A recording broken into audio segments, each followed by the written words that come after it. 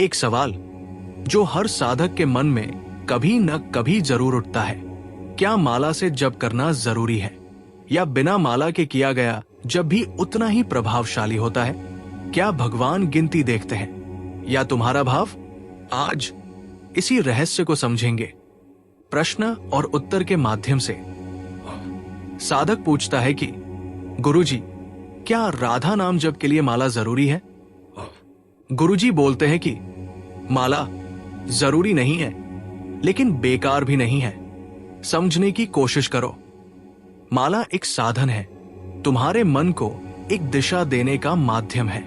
जब तुम माला के एक एक दाने को छूते हो तो तुम्हारा मन बार बार भटकने से बचता है। लेकिन अगर तुम्हारा मन पहले से ही एकाग्र है, अगर तुम्हारा हृदय पहले से ही प्रेम में डूबा हुआ है, तो तुम्हें माला की जरूरत नहीं है। क्योंकि असली जप हाथों से नहीं, दिल से होता है। बहुत लोग माला को पकड़कर जप करते हैं, लेकिन उनका मन कहीं और होता है। और कुछ लोग बिना माला के सिर्फ एक नाम लेते हैं और उस एक नाम में पूरी तरह खो जाते हैं। तो बताओ, कौन सा जप ज्यादा शक्तिशाली हुआ? इसलिए माला जरूरी नहीं, लेकिन सही उपयोग में बहुत सहायक है। साधक पूछता है कि अगर माला जरूरी नहीं है तो लोग सदियों से माला का उपयोग क्यों करते आए हैं?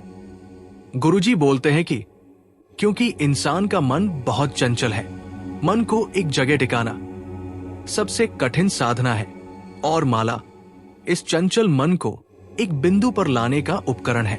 जैसे छोटे बच्चे को पढ़ाने के लिए पहले उसे किताब और पेंसिल दी जाती है, वैसे ही साधक को शुरुआत में माला दी जाती है ताकि वो भटके नहीं।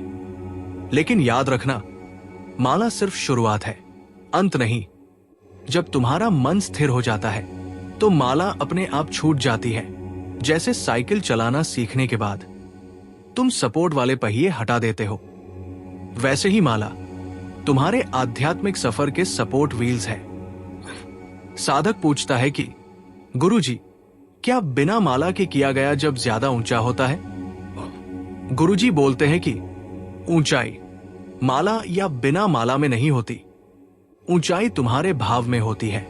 अगर तुम माला के साथ जप कर रहे हो और तुम्हारा मन पूरी तरह से नाम में डूबा है, तो वही जप सर्वोच्च है। और अगर तुम बिना माला के जप कर रहे हो लेकिन मन इधर उधर भाग रहा है, तो वो जप सिर्फ शब्दों का दोहराव है। समझो इस बात को, भगवान को तुम्हारी उंगलियों की गिनती से कोई मतलब नहीं है। उन्हें तुम्हारे दिल की गहराई से मतलब है। एक बार अगर तुमने सच्चे भाव से राधा कहा, तो वो हजारों माला के जप से ज्यादा शक्तिशाली हो सकता है। साधक पूछता है कि गुरुजी, मुझे कैसे पता चलेगा कि मेरा जप सही हो रहा है या नहीं? गुरुजी बोलते हैं कि जब जप सही होता है तो तुम्हें उसके लक्षण दिखने लगते हैं। तुम्हारा मन धीरे धीरे शांत होने लगता है। बाहरी दुनिया की भागदौड़ तुम्हें पहले जितनी परेशान नहीं करती। तुम्हारे अंदर एक अजीब सी शांति आने लगती है। और सबसे बड़ा संकेत, तुम जप को करना नहीं चाहते, तुम्हारा मन खुद ही जप करने लगता है। अगर तुम्हें जप करने के लिए खुद को मजबूर करना पड़ रहा है, तो समझो अभी जप गहरा नहीं हुआ है।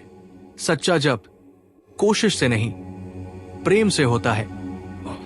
साधक पूछता है कि गुरुजी, अगर मैं माला से जप करूं तो क्या ध्यान गिनती पर चला जाता है? गुरुजी बोलते हैं कि हाँ, ये खतरा हमेशा रहता है। बहुत लोग जप करते करते सिर्फ गिनती में उलझ जाते हैं। उन्हें बस ये याद रहता है कि आज 5 माला करनी है, 10 माला करनी है, लेकिन वो भूल जाते हैं कि जप क्यों कर रहे हैं। जब गिनती महत्वपूर्ण हो जाती है तो भाव धीरे धीरे खत्म हो जाता है। इसलिए माला का उपयोग करो, लेकिन गिनती में मत खो जाओ। माला तुम्हें नाम तक ले जाए, नाम से दूर ना करे। साधक पूछता है कि गुरुजी, क्या बिना माला के जप करना ज्यादा प्राकृतिक है? गुरुजी बोलते हैं कि बिल्कुल। जब जब बिना माला के होने लगता है तो वो स्वाभाविक हो जाता है। तुम चलते फिरते, बैठते उठते हर समय जप कर सकते हो। तब जब कोई क्रिया नहीं रहता, वो तुम्हारी स्थिति बन जाता है। माला के साथ जप एक अभ्यास है, बिना माला के जप एक अवस्था है, और साधना का उद्देश्य अभ्यास से अवस्था तक पहुंचना है। साधक पूछता है कि गुरुजी, क्या माला छोड़ देनी चाहिए? गुरुजी बोलते हैं कि नहीं, छोड़ने या पकड़ने का सवाल नहीं है। जरूरी यह है कि तुम उससे बंधे हुए ना हो।